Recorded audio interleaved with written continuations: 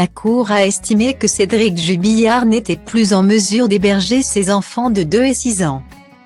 Depuis son placement en détention provisoire et sa mise en examen pour homicide par conjoint, la juge pour enfants a préféré donner un droit d'hébergement largement majoritaire à Stéphanie, la sœur aînée de Delphine Jubillard, née au Saguel, à l'issue d'une audience houleuse de plus de 3 heures.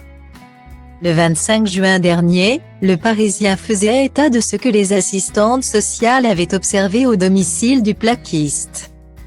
Depuis cette nuit du 15 décembre 2020, Cédric Jubillard a vécu dans sa maison encore en construction de Cagnac-les-Mines, Tarn, avec ses 2 enfants.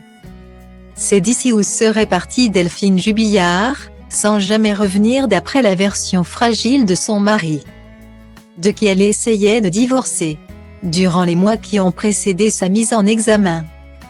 Cédric Jubillard avait reçu la visite de plusieurs assistantes sociales, qui ont décelé des carences éducatives. L'état interne, comme externe de la maison des Jubillard avait déjà été soulevé.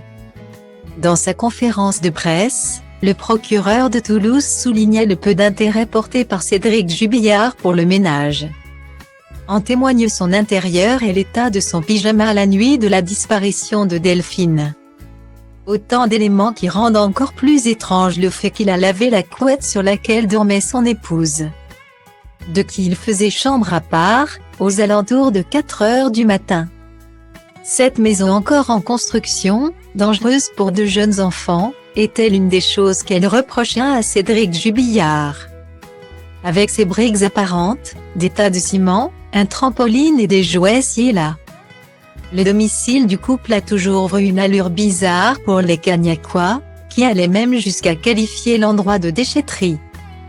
Depuis la prison de Cesse, près de Toulouse, Cédric Jubillard continue de clamer son innocence. Ses 3 avocats pénalistes demandent à ce que d'autres pistes, comme celle d'un rôdeur, soient explorées.